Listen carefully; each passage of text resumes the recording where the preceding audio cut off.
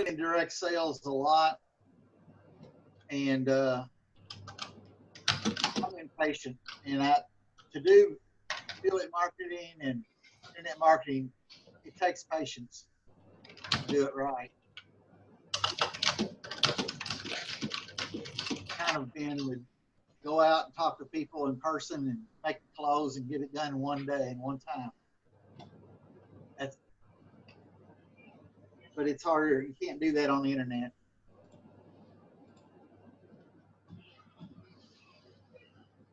You can almost do anything you want on the internet. It's like right at 2 o'clock, so we're about to start. I'm actually waiting for my host, and I see he just came. Okay, well, I'm going to hang around and just watch so you can turn the Well, I'm going to mute you. Okay.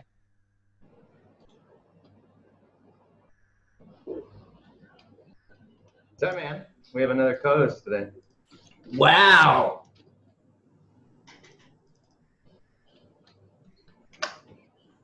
So, What's his name, Hector?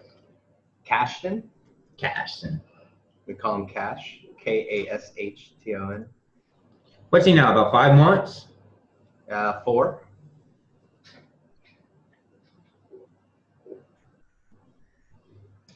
Yep. He's ready to go. He's looking cute. He's looking adorable. I've never seen him before, other than pictures. But you don't post a lot of pictures. So what are we going to talk about today? Tony says, what's on the agenda? What is on the agenda, Hector? Say that again? I said, what is on the agenda? Today is sales funnels, right? I mean, we've been talking a little bit about mindset, and we've been talking about, creating an offer. Now let's talk about selling some stuff and kind of the different ways that you can do it. So we'll talk about what the whole sales funnel, hype is, and kind of give you the crash course on sales funnels. I think that'll be good. You want to just get into it? Yeah, I mean, well, this is part of the $0 to $60,000 in less than 90 days course. So yeah, we talked in the first ones about the right mindset you needed, and then the second one we talked about the products and the services. So now once you've decided on that, the next thing is to actually create a way for people to actually buy that stuff. And if you think about how people used to buy stuff for ages and for centuries, millennia, you would walk to the store, you would walk to the market, you would go, you would literally have to physically interact with someone in order to purchase something. But now, because of the internet and because of things like software or services or things like Zoom, now all of a sudden those location-based rules that dominated business for so long are no longer there. And then the fact that you can automate things and make things happen kind of in the background allow an ability to scale that was never really possible, without the internet, without these tools. So it used to cost a lot of money. If you were to sell $1 million worth of anything, it would cost a lot of money just to make that, to fulfill it, to deliver it. But now with obviously these tools, a certain fixed cost, and so by creating these quote unquote sales funnels, you can now leverage these systems and remove yourself from having to do the manual selling, right? Sure. Because I think it's also a good important thing to talk about, John. Like, a lot of times people don't realize that the ways that you closed your 7-figure deals, your largest deals, your large software deals, the way that I got started in business was literally selling people one-to-one. You would get like on a phone call or a Zoom call and like talk to them for X amount of hours, get their credit. I remember my first one, I literally had to get my first client's credit card number. She gave it to me. I wrote it on a piece of paper. That's how it was, a carbon copy paper with pink, paper and stuff. Sorry, Cash. And so my point is that those same things still need to happen. Those same kind of triggers still need to occur. You just have different tools like a sales page, like a sales video, like, you know, a chatbot or those things. So I think it's also important for people who are like, well, that's too complicated or that's whatever. Well, just go out there and sell some shit hand to hand. Go outside and just start talking to people, and you'll be able, and you'll be you know, you can sell stuff that way. So anyways, John, my largest deals, and I have done 7-figure software deals, and that's, in case you're not good at math, that's $1 million plus in a fucking deal, in a transaction, right? And those types of deals, for sure, they didn't come from fucking sending somebody to a little web page and then just putting in a credit card number and, you know, dishing out that much money. They came with, like, literally 120 hours worth of time investment on my side before I saw anything, you know, just to actually build a rapport and build a relationship. And obviously that comes with due diligence. You just don't go out and do that to everybody and be like, okay, here's some person and I'm just going to spend all my time with them. So, I mean, it depends on what you're selling. If you're selling some stuff, you can sell right on a funnel and you never got to talk to anybody whatsoever. And a lot of what I did was like that. A lot of what I did, it's not a high ticket thing. It's a low ticket. It's a residual monthly thing, and it doesn't require all that. And you mentioned automation, and a lot of the stuff that I did to actually get results completely automated. You know, I did spend a lot of time actually trying to figure out funnels and figure out what my offer was going to be and how those funnels would work, and try to think about my audience and all that shit that those marketers keep saying that you should be doing. And then once somebody bought the thing, after there, the entire delivery and of everything is completely automated. So I guess my point in saying that is there's too many people who want the shortcut, and they think, oh, all of a sudden I've got a website. Oh, all of a sudden that somebody's just going to buy something, and I have, you know.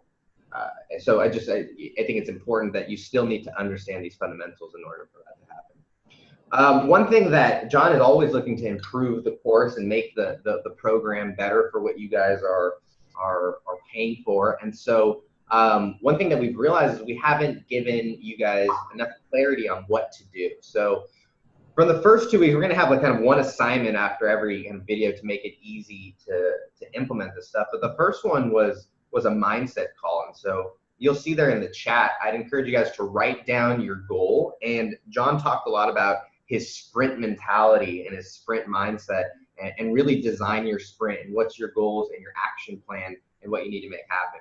Last week, we talked about offers, and not only just creating your offers, but figuring out who your niche is, who your ideal audience, your customer, your target customers. And so what you want to do is you want to write down your niche. But really, what I love what John talked about last week was writing down all the problems that you solve for them, and then what are those tangential, those kind of those I don't know. Yeah, I guess that's the easiest way I can say it. What are those next problems that you'll be able to solve, and then what are all the various types of ways that you could solve it? What are all the solutions that you could solve it by? So we want to make sure that you guys do that. And I think that there's a lot of value in writing stuff down as well. Sure. So we talked about mindset, Hector, and one of the things I would love to say about mindset is that if you're waiting on me, or if you're waiting on Hector, if you're waiting on somebody else to give you a structured set of step-by-step, do this, do that, then results will be there. If you're waiting for that, if you're feeling like, hey, I don't know what to do, I need somebody to tell me what to do, first thing you need to do is go lock yourself in a fucking closet and get that out of your head. The first thing you need to do is understand that ain't nobody there for you to teach you step by step. That shit don't fucking exist. It's a dream. Every fucking course you ever go by that's going to say step by step by step, you don't need that. If you buy that, even that's not going to be the thing that actually changes your life, all right? Everything that you need is already in here, so you need to spend a little bit of time actually getting it in your mind that you can do this, that you don't need other people's help. You can do it all on your own. And as soon as you first adapt that mentality, then anything me and Hector or any other motherfucker in the world teaches you or actually helps you with is going to be exponentially much greater, because you don't need it. So it just, if you don't get what you're looking for, you've already put yourself in the mindset that you can go get it on your own, and you can do it on your own. All right. I think that's the one thing people really fuck with, like where people fuck up. Yeah, they're like, you know, when you get you think about a recipe, right? A recipe only fills in so much stuff, but a recipe can't tell you if someone cuts off the power to your house, what do you do? Well, that's not going to be included in the recipe. You know, you've got to figure that shit out on your own. So I think that's a great thing to say. So I think John talked about it a little bit, right? And the first thing we wanted to get into is the value of having multiple products or multiple services, or understanding that different things are sold different ways, right? He said he mentioned that there are things that you can sell very easily, that someone can very easily pull out their credit card, put it into a website, and then everything is automated. And then there are larger deals that are going to take more time and are going to be more time intensive. So understanding which products and which services match up to which types of funnels is going to save you a lot of time, so that you're not trying to sell a $5,000, $10,000 service or product, you know, just through a single website, right? So I think that understanding the different levels is huge. So I'm going to throw it out there, and then I'd love to hear kind of, John, what your thoughts have been, as you have been someone who's very similar to a lot of people on the call. You learn this stuff, and then instead of waiting around looking to take another course, you just went out there and started doing and building and creating these things in the forms of softwares, in the forms of tools. So the different levels, right, is there's a lead magnet, there's a tripwire, we've got, you know, a one-time offer, an upsell, there's something called continuity. We'll talk about what all these things are, and then something high ticket as well. So when you think about what you're building, or all the tools and the way that they fit into a value ladder, why is it important for someone to have, you know, different levels, different tiers? Even within the softwares, there's different levels, you know, starter, you know, premium plans, things like that. So what's the importance of a value ladder to you? Well, there's always there. I mean, people wear Rolexes and people wear Ferraris. Why they do that shit? Because they got more money than you do. They want to go fucking show that shit around. There's always people with more money, and those people naturally want to spend more stuff. You know, everybody only has a certain range of money that they could actually spend on something. Like, Hector, if I ask you right now, are you gonna go buy your beautiful little son there? Are you gonna go buy him like a diamond encrusted fucking little 4-wheeler RV tool? You know, like we'll drive around toys. Probably not gonna do that, right? It's like, that's not gonna be like, yes, I'll go buy that. But so I need a simpler thing for you, right? You probably still want a little toy for him to drive, but it don't need to be gold and diamond plated, right? So I need a small little version for you, because that's literally all you can afford to buy. Now, those dudes sitting in Dubai right now that literally are riding around and they just sitting underneath $1 billion worth of oil, those dudes, if there's an option to buy like a diamond encrusted, gold plated, you know, little SUV that your kid rides around in and has like a hawk stand for their little hawk to come and land on it and stuff, they're gonna buy that because they can. And so it's totally necessary, because once somebody gives you money, right? If you don't have a low ticket thing, then you don't have an easy way for somebody to cross a transactional bridge, right? There's kind of two hurdles that everybody faces. You face the initial hurdle to get the audience, right? To be able to take some random ass person, some cold person, and to take them from that random person to a captive thing that could possibly get you some money, all right? A prospect, let's say, a lead. So that's your first burden that you have. That's where those opt-in pages and stuff come in. But then you have this other burden. It's like this big river, and then there's a bridge that goes over top of it. It's called the transactional bridge. And in order to actually really get money from somebody, they got to cross that bridge, all right? And the easiest way to get them to cross that bridge is just like, I don't need a lot of money, just a little bit of money. Here's a little bit of money. Don't worry about it. So that little bit of money, and they get comfortable. All right, I'm comfortable. I made that small transaction. I'm comfortable. I mean, what most girls you go on a date with, they don't just have sex with you on the first date, right? Like maybe they hug you, and then the next time they kiss you, and then they kiss you a little bit more, and then you sit and make out, and finally, after that, you're having sex. You're making babies and stuff, right? Why is that? You got those transactional bridge, those small transactions that you got to make. So after that, you want more money. So You can either go through the same hurdles of getting somebody to warm up to you and now be your audience and getting them to cross that little transactional bridge. You can go through all that hurdles again, or you can take all those people that didn't cross this bridge and you can be like, want to give me some more money? Got some more stuff. So definitely necessary. And even those people over there, there's always going to be, like, every single person, there's a limit at which they can't give you any more money because they either can't afford it or because you can't prove to them that there's, you know, more value in that thing. So you want to just keep going up in that and exhausting that until you get to the very top and it's exhausted. So once you get people to come through this thing, which is kind of like jumping a hoop to get in your audience, right? So they jump through a hula hoop, they get in your audience, and then they're sitting there in like a little pasture and there's a river there and there's a bridge, and then you want to get them over that bridge, and then after that bridge there's like this set of stairs that finally leads to a mansion. All right? So some people, they're not going to make it all up to the mansion because they're going to get tired and they're just going to sit on the stairs. You know, they can't take action anymore. So they're just going to sit on the stairs, look up at the mansion, wishing they could get there. Some people, they just old. They're going to try to climb up there, and they're trying to climb up there and they're trying to get up there, but they're going to die, all right, on their way up because you got so many steps. Those people are broke. They just don't have the money, all right? So you've got the people who ain't going to take action. They're just going to sit on your stairs and wish that they could get up there, but they're not willing to invest what it takes to get all the way up to that mansion. You got the people who just don't have the money, so they just die. And then you got the troopers, right? You got the troopers that will get up there, and then you got the other guys, and those guys are like the ballers. They don't even climb up the stairs. They just fucking like have their helicopter drop them off at the mansion. So you definitely, it's important to keep getting money from people. So those are the different levels, and I think that what he talked about was, and I blew through them at the beginning, but was having some sort of way for someone to get into your audience, right? And so we talked about having them go through some sort of door, right? Some sort of making them take an action. And that's important for the psychology of finding the ones who are more likely, right? And I think John did a really good job. And what's great is that it's a little easier with software because the cost, very similar to info products, the cost to add another person is not very, you know, there's a certain fixed cost, and then for every user on top of that, there's not much more of a variable cost that goes with each of those users.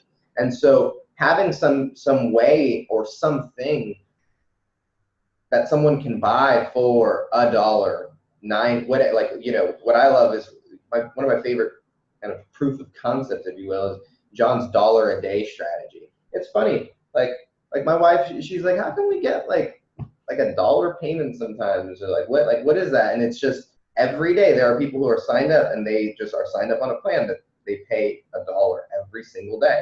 And it's not the best with fees, and it's not like the most profitable kind of thing. But what that does, though, is it makes it so much easier because their credit card's in the system. They're already used to paying you. I mean, there's so many more options for them to go through the rest of it, right? So I got over 3 people, Hector. I got over 3 people. I got 20 altogether, but I got over 3 people that went from that $1 a day to $500 a month. They went from $1 a day to now $500 a month. Got the other 17 of those 20 went from $1 a day to $300 a month. 10x. They came in on that little bitty transaction, made a little small commitment, continuity. So essentially tripwire, continuity at the same time, made a small commitment, kept making that recurring. And then just from what they were getting with that $1 a day, and then now actually since they're paying and they have an investment to be in my world and see the other things that I'm offering, they make that jump. Let's go from $1 a day to $300 a month or $500 a month.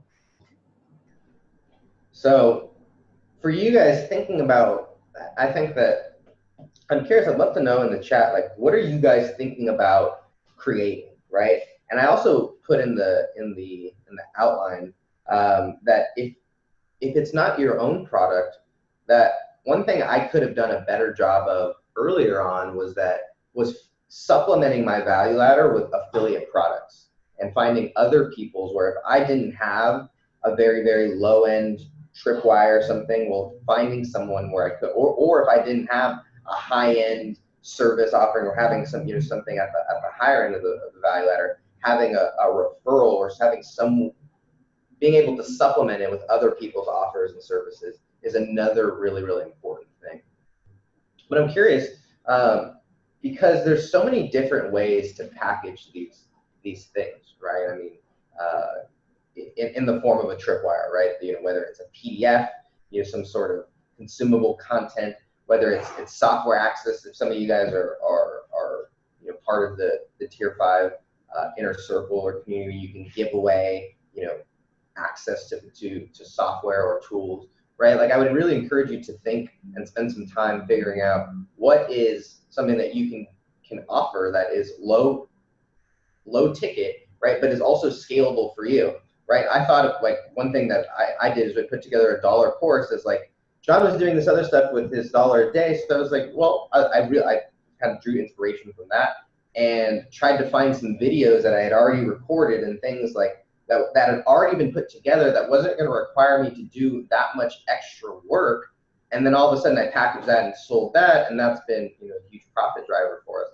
And so it's all about kind of getting creative about the resources and the tools that you have at your disposal, and packaging those in the, you know, in a creative way to be able to get someone to buy, you know, something low. And it doesn't have to be $1, you know, depending on what niche you're in or what kind of space you're in, right? Having, you know, like I think about, there are a lot of services and a lot of agencies, website agencies, ad agencies, who actually charge their tripwire. They actually charge for a sales call. They won't get on a call with anybody unless that person puts down like a $45 or $100 deposit, because they want to make sure that this person is already used to putting down money before they actually get on a sales call with them. And they structure it as like a strategy call, or they build it up and package it in some value, you know, oriented way. But the point is finding some sort of way to identify your buyers so that you can spend more time with those people is huge. What are some of these questions here? Let's see here. Bruce has a question that looks like a little bit more for you, John. I don't know the details on what would happen on that in those cases.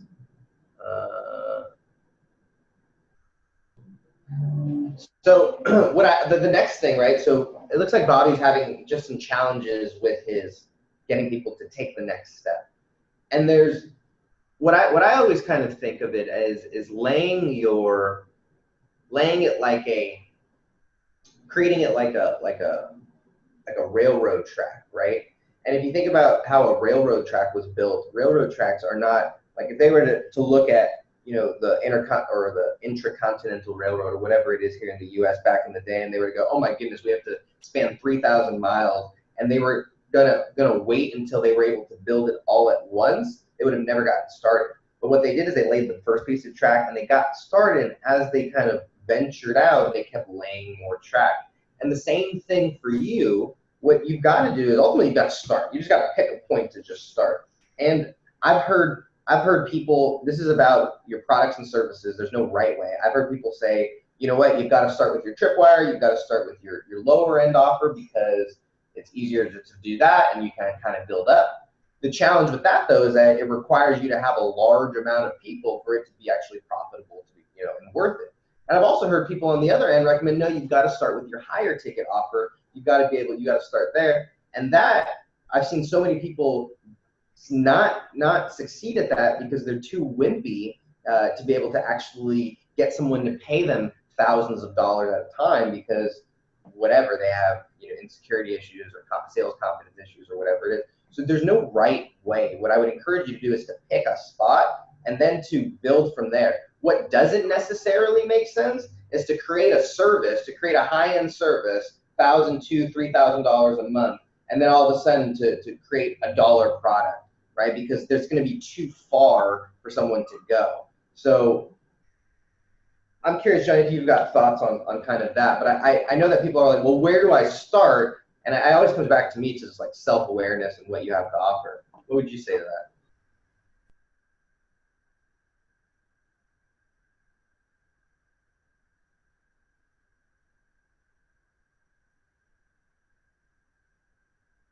Oh, it looks like you're muted. So I can say that I have had people that have come in at $1 a day and paid on a really, low ticket platform and actually bought $1 a day software and then end up converting to a $5,000 ticket where they buy, you know, software development services. They buy 100 hours of software development at $50 an hour from that transaction. So I'm not going to say that it couldn't necessarily be bridged. I think any gap could be bridged, right? You could have $1 million offer, and like if you think about it, right? Most everybody on the internet, when they like think about, okay, who should we listen to for marketing? They're going to think Russell Brunson, right? So you think about that guy. He got a real low ticket shit. He got some shit you can get for free, like $6. You get a free fucking book, right? And he'll even tell you that some of those people that come in on a free book for $6, he gets to $50,000 in their circle. That's a huge gap that he just bridges there, right? But he got a lot of steps inside there. There's people, he got a lot of steps for them to actually get up to that mansion. So as far as what should you start with, I can't really tell you that. I mean, I don't fucking know. I'll tell you, I started kind of with both. So I've like literally, I had offers out at the same time for a thing that was $297 a month and a thing that was $30 a month, $1 a day, and I had people buying the same thing. You know, I had people paying $297 for one thing, and then other people paying $30 for the exact same thing. So I can't really say which one necessarily is the best, but I think that you definitely want to have the high ticket thing if that suits you. Not everybody's going to have a high ticket thing, right? You think lots of people they just do Amazon reselling, right? They just do drop shipping. Those people don't have any real high ticket thing. They mostly just have low ticket things, but it's all automated in the back end where they figured it out. So I think that's going to differ for each person. You know, I think that's part of what you should have done already. What is it that you are wanting to do? And because this is about how you got there. What I also in observation, John tested a lot more offers than anybody I know. And so just being willing to change and try to see what works, because it seems like I think it was Bob or Bruce mentioned that people are not taking the next step. Well, maybe that next step is not compelling or pretty enough for them to do. It's like, you're right. Like going back to John's earlier example, like she didn't mind holding your hand, but all of a sudden, like your breath stinks. Like there's no way she's not going there. So making sure that each step, and if it doesn't work, being willing, not throwing up your hands and going, oh my goodness, no one's ever gonna kiss me, right? Being willing, okay, like you know what? Let me do something differently. Let me change this up. Let me try it. Let me offer something else. And I think is a very, very important thing. Now, what John had at his disposal was he had put so much time in advance building all of these tools that he had now the ability to go, all right, in order to create these offers, let me pull from these tools, let me pull from these assets, if you will, and it made it easy for him to create all of these different kinds of offers. So for you, you may have to go and spend some time building these assets, or you may have to spend some time, acquiring these kind of affiliate relationships, or whatever it is, right? But I think that that's something that allowed John to have so many different offers, is that he had so many assets to be able to offer in the first place. Well, and the reason that I had those assets though was from a vision, from the fact that I'm not a dummy, and like if I saw a course that said go from $0 to $60,000 in less than 90 days, I would be skeptical, and I would be like, is that really possible?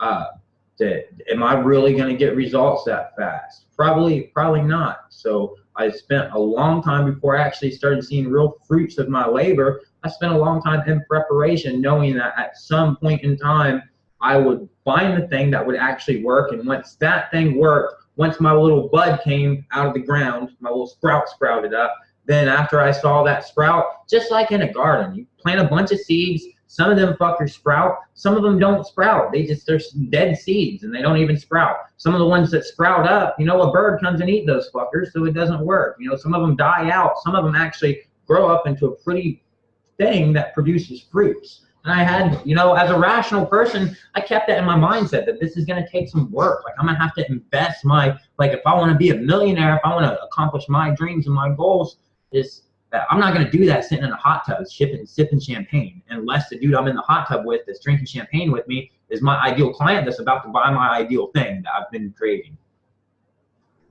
Two things I'd like to talk about is the concept of a upsell, and I'm really grateful for Russell Brunson for kind of not only finding this, but then making it easy for this to happen, because I've seen on funnels and offers, and I'm sure you have, that with these order bumps or with the ability to offer something extra valuable, either with a click of a button or once their credit card's already in and they just have to click one more button to buy, the value of having some extra stuff to give, right? Not giving it all away on that first offer, but what's been your experience with upsells and OTOs? Well, at the beginning, so I just started reading this book the other day, and according to the book, I did the shit all wrong.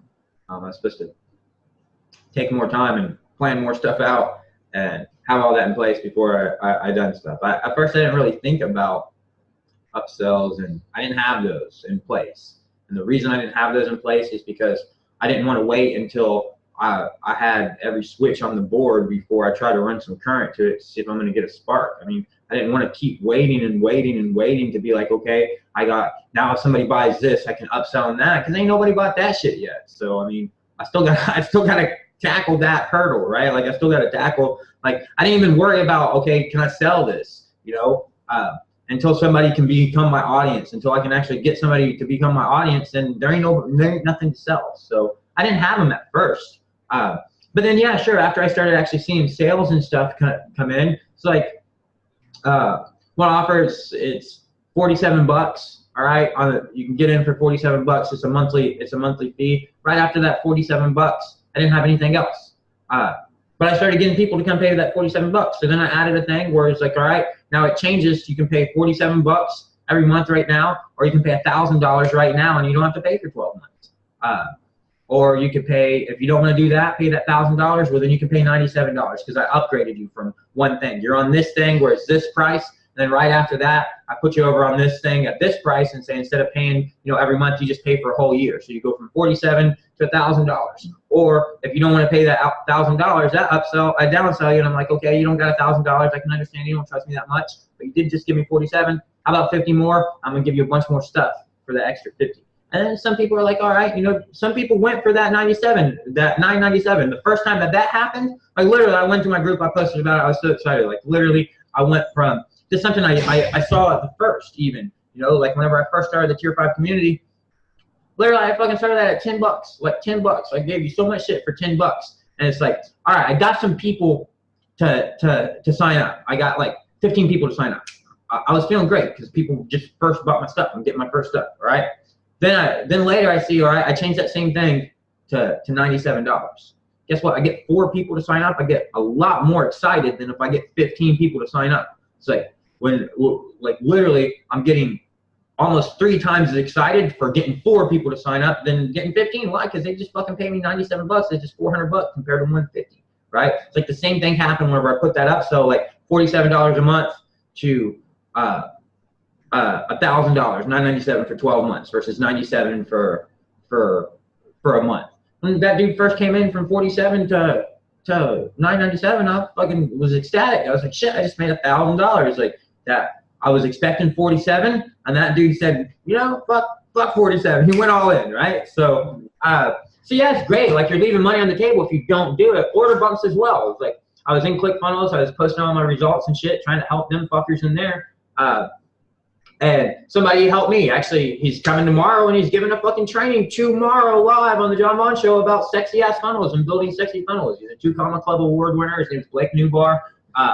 Pretty famous in the ClickFunnels world. But dude reached out to me, and he was like, "Yo, John, great sales, buddy. You got an order bump." And I was like, "What the fuck are you talking about?" He's like, "An order bump is like when they're buying the stuff, right when they're about to buy your first thing. There's like one extra little thing, like at the checkout card, that little magazine they can throw their cart." I was like, "No, I don't got one of those." And he's like, "Well, you should put one of those there." So I put one of those there. Did I need that at the beginning? No, I just needed the sales. So you can be the type of person that says, look, hey, I need to get my opt-in, I need to get my copy right, I need to get my offer right, I need to get my sales right. I need to get my designs right. I need to get my offers right. I need to get my upsells right, my downsells right. I need to get my, little order bumps right. I need to get all my email marketing in place. I need to get my automations in place. I need to take the next 3 fucking years getting everything in place, and then I'll decide to see if somebody wants to even fucking see what I'm talking about and even listen to me. Or you can just be like, all right, let's tackle one little piece at a time, and it ain't gonna be fucking perfect. All right, great. It's not gonna be perfect from the get-go, but how does shit get perfect? I'm an engineer, so I know how shit gets perfect. You guys see a fucking space shuttle go up in the fucking planet, fly around, drop a satellite, have cell phones, don't even know what the fuck's going on. I know that 3 spaceships done blew the fuck up for that thing to actually get there. They done built 17 satellites and tested this stuff for it to actually work, for you not to know what's going on, for things to be perfect. So you don't got to wait for all that. You should have it, sure, but if you don't have people buying your stuff, period, then I personally don't think you need to be like, okay, all that has to be in place right now, because it doesn't really. But it's good to have. Like I said, it was a great feeling seeing somebody. It's like even on the first order bump, like I put on the partnership page, there's like, buy this, plus while you're buying this, spend an extra $100 and I'll talk to you for an hour. It's like the first time somebody bought that, I was like, damn, shit. Like, I wonder how many, I then had 50 people that bought my other thing before I had that. And I thought, I wonder how many other those people would have also bought that. If 10% of them bought this extra $500, I could have in my pocket. So they're great. They're awesome, but don't let them hold you back. That's a great point. That's a great point. And then the last 2 are continuity and high ticket. And I think that one of the reasons why Tier 5 and being a partner and in the inner circle is so valuable is because of the value of continuity. And it makes sense, for software, because if someone's using a tool this month, they're obviously going to want to keep using it next month. Building that into your business is fantastic. And what I love is that, John is so, I don't know if I would be as giving with my software as if I was in his position, because what John has created with his offers is allowed you to use the Tier 5 tools to create your own offers. Because you're like, fuck, I don't have a low ticket. I don't have a tripwire. Well, if you're in the inner circle, you can design a $5 thing where someone gets access to Link Wizard invoicing you, and now all of a sudden dentists don't have to process payments through check, or I don't know, whatever it is. Like, all of a sudden you have the ability to, in the same way that John got creative in his offers, he's now given you the ability to take those tools to create your own offers. So I just think that I want to bring that up as well, because I know in the back of your heads, a lot of you guys are like, yeah, but I don't have a text in bulk, in my back pocket. I don't have a robo-contact to sell. Yeah, yes, you do. You do, literally. So. And if you don't want to use those, I'm gonna say yes, you still do. The thing is that you haven't fucking created it yet, because I'm gonna call you fucking lazy. And if you don't like that, then don't listen to the shit that I fucking say, because it's the truth. You're lazy. You haven't fucking done it yet. That's why you don't have it. And just put that in your mindset. Just accept it. I mean, don't fucking feel bad about it. Just accept it and know that you got the power to change that. Everything that you need is in your back pocket right now. You just ain't done it. Everything you ever want to learn is in your brain right now. You just ain't learned it because you're not really ready for that. As soon as you get ready, you'll start doing it. How did I get everything that I needed to actually create my offer? Well, I knew that I wanted to do this stuff. So I started building it, and I started building it because I knew that if I didn't start, I would never have it. So maybe you don't have all this stuff right now. And if you're waiting for it to get put in your hand, congratulations, join the Tier 5 fucking partnership. I'll put it all in your hands. If not, then you're gonna have to start creating it, or you're gonna have to go find it somewhere. I mean, Tony said that, he says he agrees, but don't you want to have these tools in place before you seek clients to appear professional? I'm curious what you do. I look professional?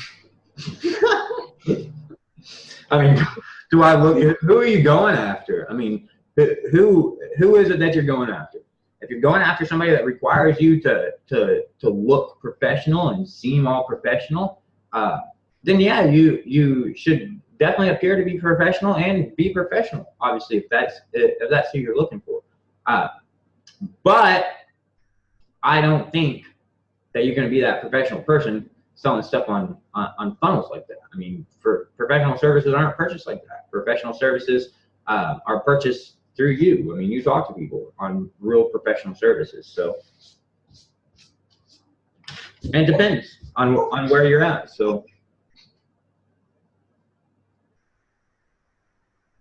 Agreed. So let's get into now the different methods. And you talked about, that's a great segue, because if someone's selling something higher ticket, they're going to be on a sales call, and the higher ticket that something is, the more engaged that kind of transaction bridge you talked about. So I'm curious just what your kind of experience was learning, you know, creating your very first funnels, designing your first websites, getting, you know, constantly, like you were someone who is constantly iterating at everything that you do. So I'm curious what you learned throughout the process of getting people to buy stuff through websites, through getting people to buy through ClickFunnels and webinars and stuff like that, without you necessarily needing to be on the phone with them one-on-one. The more times I did it, the better I got at it. So, like, what exactly did I learn from it? That, I mean, it's totally possible. So, I think you were making changes, like if you were someone who look at the first one that you built to you know, some of the more recent ones, like in your head, like what were you trying to improve on the later iterations that maybe you weren't conscious of on the first one? Well, positioning, messaging, what I was telling to people, how I was actually relating to them, how I was explaining, how I was trying to actually convince them to buy my thing, how I was explaining it to them, how I was trying to connect with them. At first, I just wanted to get my thing out there and be like, okay, now there's something for me to perfect. So I don't know if I have like a step-by-step, oh, here's all the stuff that I learned. Some stuff works. I mean, some stuff doesn't work. So I noticed that the more that for me personally, I noticed the more that I actually tried to stop selling something to somebody, and the more that I stopped trying to give two fucks about marketing, and I just was myself and explained what was going on and what the benefit and value was that was there, the more success that I got. The more that I was just honest and real about what is this thing, what is the intent of this thing, what could it help you with, why would you actually want it, the more successful that I got. So the more that I just let myself come out, the better that it actually worked for me. So, and that was a little bit, that was a little bit, I don't want to say it was hard. It was just a little counterintuitive, because like, you remember, Hector, we've been friends for a long time, and you remember I fucking did that once already. Like, I already had this plan to do this, and I was myself. And because I was myself, like my first attack at this was like, you could say shut down. I was banned from a group, which I got banned from another group. I've been banned from so many groups. I was like, got $50,000 on my bots destroyed. Why? Because I was just being me. So I tried to change up a little bit and change, like, hey, what I'm gonna do. And for another 6 months, I didn't really make any real progress on this side of the goal. You know, I was still a successful business guy. I still had plenty of I was still able to get clients to buy my stuff high ticket. That was a different thing that I was doing, to be able to actually come in and now, you know, sell our products and get partners. That whole different approach. For a long time, I didn't make any real traction until I decided, you know, fuck this. Like, I had so many marketing people that, you know, cuss me out, tell me, you know, I'm unprofessional, I shouldn't cuss, I should shave, I should wear a fucking shirt and tie, I shouldn't wear a hat, I shouldn't talk like a gangster, all sorts of stuff that no one cares about me. They care about what I can do. You talk like a So I try to change it a little bit, you know, like what I'm gonna do, how I'm gonna present stuff, and then didn't see any results, and I said, fuck it, you know, fuck marketers, fuck marketing. I'm just gonna actually be real and be and try. I mean, yes, and I still want to try to sell you my thing, right? And whenever I try to sell you, that's my marketing. It's a realistic approach of, hey, here's what the offer is. Don't try to overhype it. That was my approach. So, I think what's interesting is, like, you know, me looking at it as a marketer, as what I'm learning in kind of selling over the last, you know, since we've kind of known each other. Before it was just kind of products and services, but being forced to sell, not forced, but given the opportunity to sell softwares and all these different kinds of things, you really, at least I look at the web page as this canvas, and too many people, they just try and just vomit as many features and benefits on there, or as many bullet points on there, and that doesn't always, I mean, work. I think that people need to understand, like a confused buyer never buys, and being like, that is your job, is to make things as clear as possible. I think that's what you said, was just kind of being simple in the way that you explain it. That's what you got to convey on that web page, right? You got to answer all the questions, because on a website they don't have the opportunity to ask you this question or go, oh yeah, but, or you don't have the ability to see them.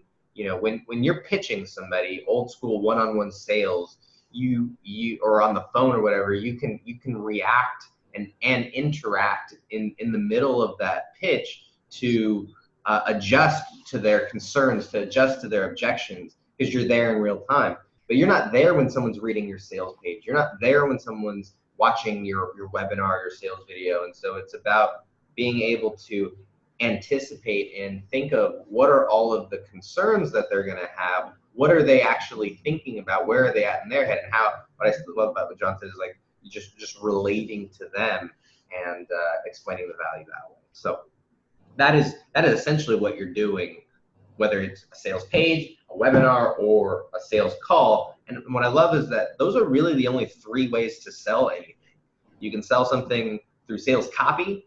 You know, well, let's put automated anything in that part, automated webinar, whatever, you know, because it's still on the web page. You've got live events where you either have people on a live Zoom, on a live Facebook, on a live call, or you're literally sitting in front of people, you know, at a live event.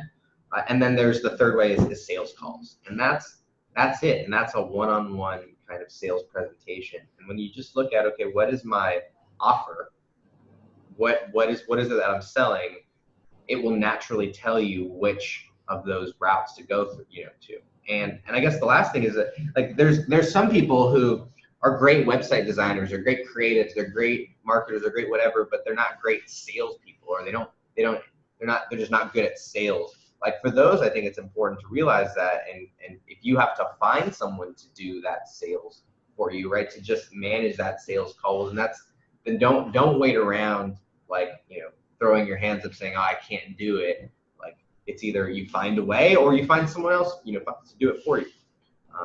So I think that there are a variety of ways to actually execute that as well. For sure.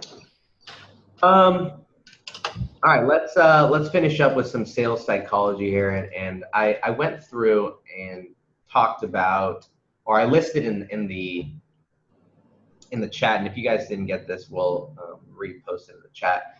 But there's 1, 2, 3, 4, 5 steps really for someone feeling comfortable to actually pulling the trigger. And John kind of hinted at these a little bit.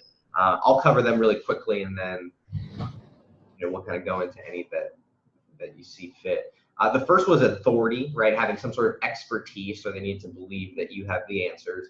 Then the second thing is they need to know that there's a problem. They need to have some sort of need that they experience. Like, they need to believe that there's a problem.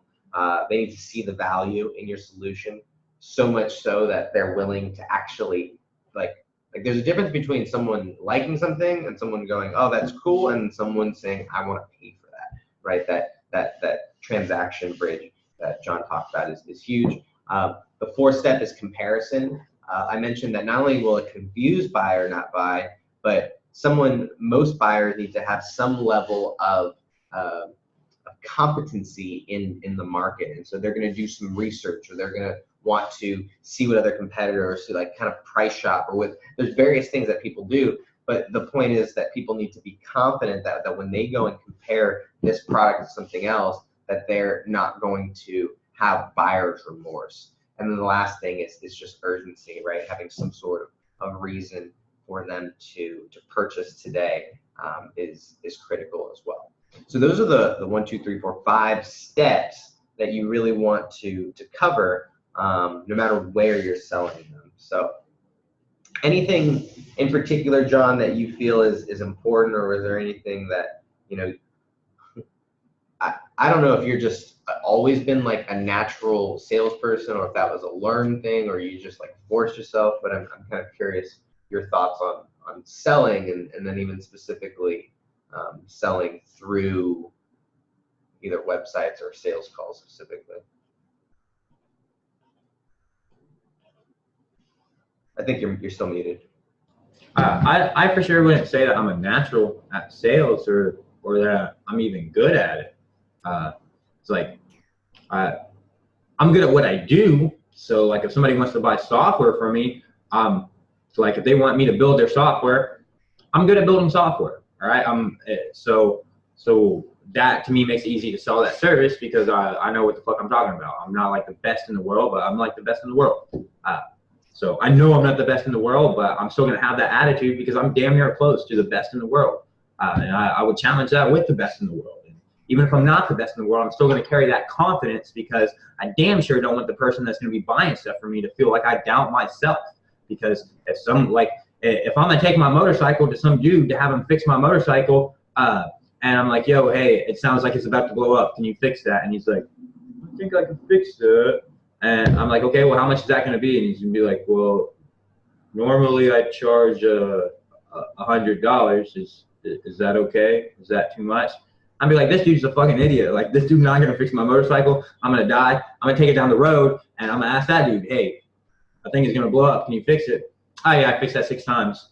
How much is it going to cost? Well, it's going to be $72. All right, done. All right, that dude knows what he's talking about. At least I get that impression. All right, so I like I said, I wouldn't say I'm a good salesperson, but I know what I'm talking about whenever it comes to the thing that I want to sell. So I have some authority there. You mentioned that, so I have some authority there. How do I have that authority? Well, it's self-proclaimed. I know I got the authority because I know a lot about the topic, and I could just make the natural assumption that somebody when they come buy something from me, probably they ain't the authority in that thing. Like if somebody when they come buy software development services from me, 9 times out of 10 they probably can't do it themselves, so they're not the authority. So I can just get that authority from my own confidence. Plus I have it from my confidence because I know I'm good at that thing. So I can't say I'm really a good salesperson, but I think that you do for sure need to be confident, right? If you're going to talk to somebody, you need to actually paint that portrait of confidence. I know, like if somebody wants to buy software engineering services from me, in my sales process, if they're not decisive, or they're like, hey John, you know that's quite expensive or something, I'm going to go back to the second thing you said need, like okay, but you're thinking it's expensive, but you need this thing, right? Like that's why you're coming to me. Like why are we having this conversation? Because you really need this done, right? And you need it done right? What are you going to get? That value, the solution. Like here's the problem that I'm actually going to solve. So for sure that's necessary, and it's obviously a key to sales is to keep that in mind to somebody. The first thing is obviously the first thing that you put in there, the authority. And I think that authority starts with, like, if you look, literally, I just funded my entire company, like over $50,000 a month worth of recurring revenue, got investors, like literally got investors in my company on the internet from Facebook, like from fucking Facebook, everything. And how did I do that? Authority. That authority started with a relationship builder, right? Built up a little relationship, started live streaming all the time, posting, getting my little face in my hat that I got from this guy right here. This is the whole guy. This is the whole reason I even wear this fucking hat is that guy right there. Because I started following him and I started watching him because he was kind of in the same space. And I was influenced by him. So I started watching him and I was like, okay, that dude was like, he got a stupid ass hat on and he knows what he's talking about. And it's like, that combination seems like somehow I was attracted to it. I like that. I was like, okay. It's like, he don't give a fuck. Obviously, it's like he's just wearing a stupid ass hat. But if you listen to him, he knows what the fuck he's talking about. Especially whenever he talking about the same thing I'm talking about. He's talking about chatbots, and he knows his shit about chatbots. So started building up relationships on Facebook and authority just by showing up to Facebook. No, people need this stuff, right? So you obviously everything that you mentioned there, yes, it's very important.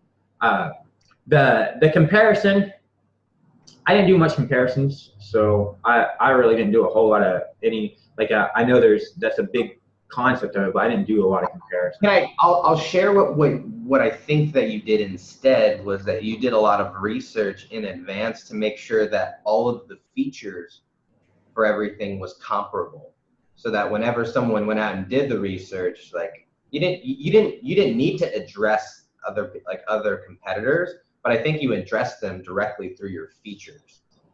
So I think that's how you did a good job of not getting around that. I think that like you intuitively, as part of your process, go out and see what other people are doing and stuff, and it's, you know, so I think that is a big thing, is to make sure that you are comparable with what's else out there. You don't want someone you don't want to sell someone something and then them go out and actually do their research. Let's say you charge someone $3,000 and you're giving them X.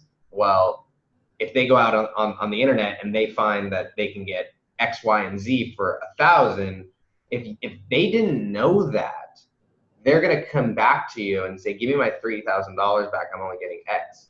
But if they are aware that X, Y, and Z is out there, but hey, I'm the best one at X, so that's why you're gonna pay me this, you know, extra money, then that's how you keep people from, you know, their expectations. So I think that you're absolutely right.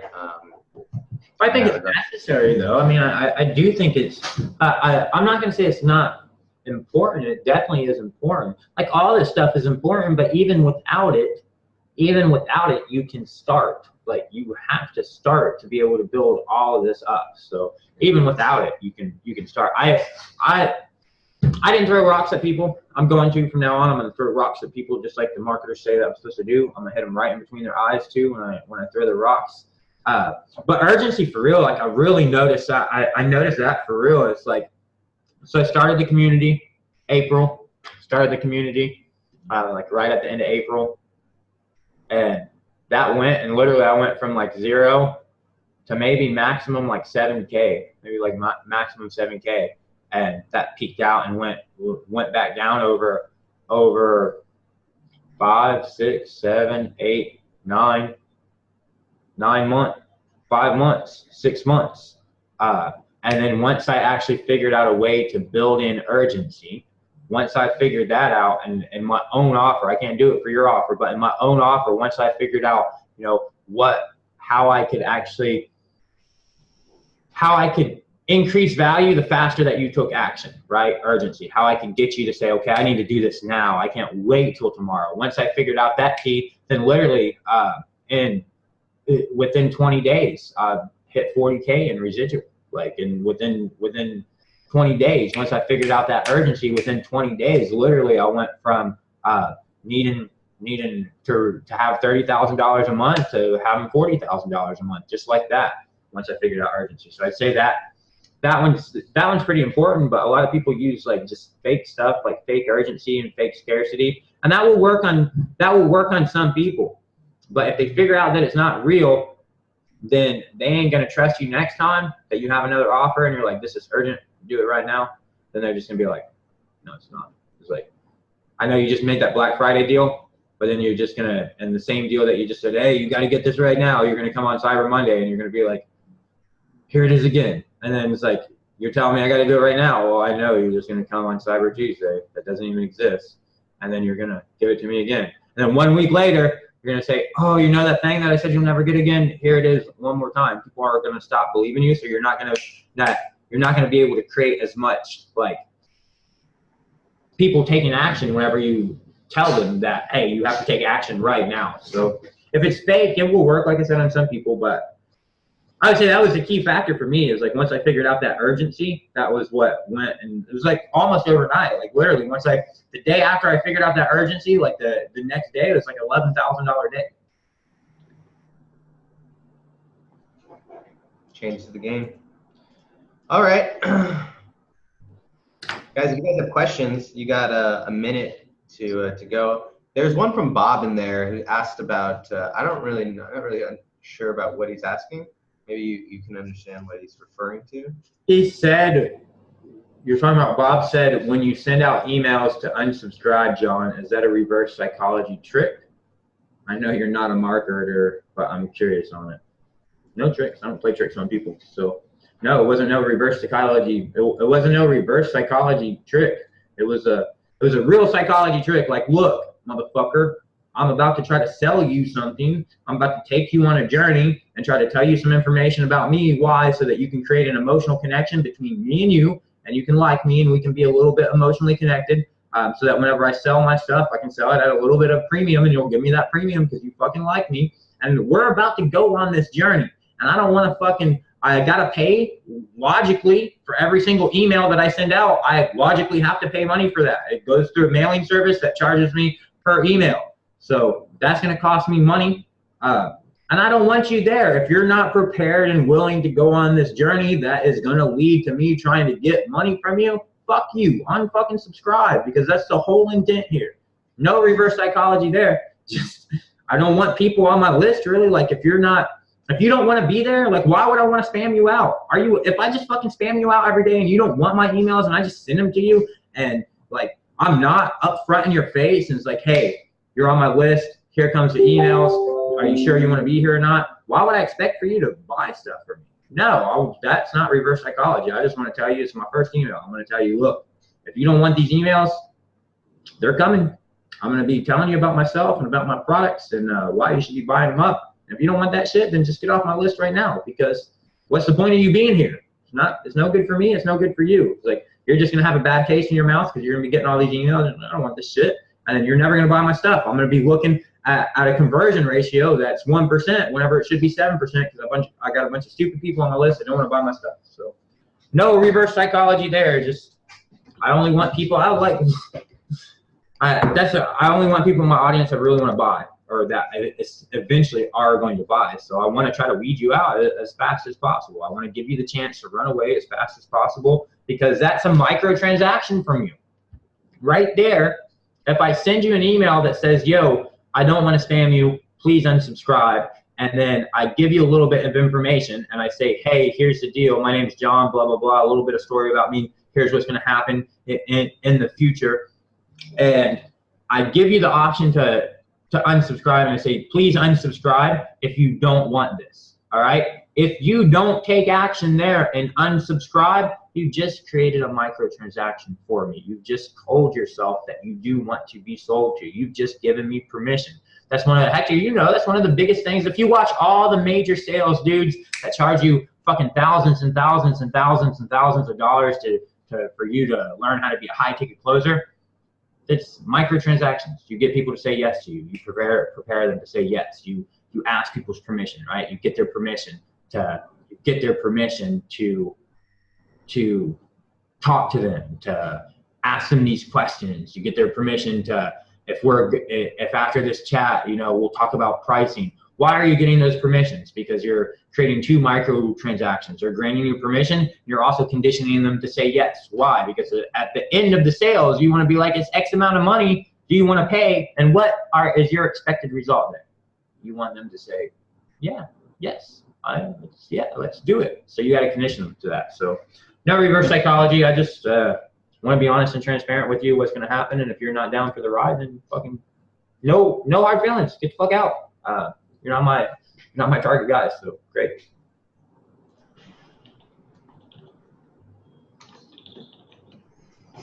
Enough said. Enough said.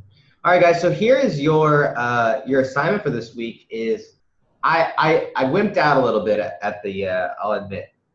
So we'll have some levels here, right? I said the first thing that I wrote down was I wrote down design and create your sales funnel. Like I don't know why you can't, by this next call next week, you know, come up and have a full sales funnel ready, right? Like it's not hard. I mean, John and I have both created entire sales funnels in less than like in a day, right? I mean, it's like it is possible with the tools. And if you don't know how to do it, go back and watch John's training on ClickFunnels, and you'll learn how to do it. So to design it, or if you're like, oh, but Hector, blah, blah, blah, blah, blah, at least mind map it, right? Wireframe it out, design it. Say, you know what? They're gonna go from this page, then they're gonna opt in, then I'm gonna send them these emails, and then we're gonna hop on this phone call, or you know what? They're gonna land in my chatbot, then I'm gonna get them to watch this video, and then they're gonna schedule a call with me. Like, what are they gonna do? What are the steps that they need to take? If you can wireframe that out, all of a sudden, actually designing it and creating it becomes that much easier. So. Anything else, Jen? Oh, there's lots more you should be doing. So there's lots more to come. Oh yeah, get to work, guys. That's the biggest thing. All right, I'm gonna go hang out with my baby again. See what I did. As always, have a good one, man.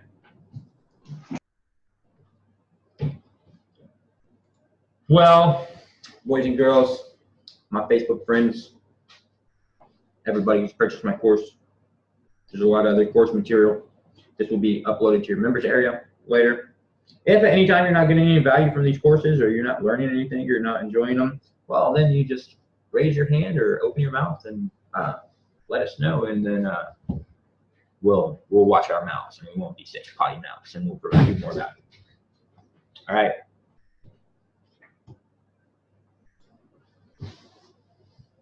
But look, it's 4:30 in the morning here, so my wife's probably asleep in the other room right here. I bet. Yep. Here. She's in there sleeping right there. There she is. See, she's moving around. There's my wife. She's just raising her hand. I'm not sleeping. I'm here. And she's flicking me off. She's giving me the finger. Well, hallelujah. I got my internet back. Great, Bobby. Great. Guys, thanks again for coming.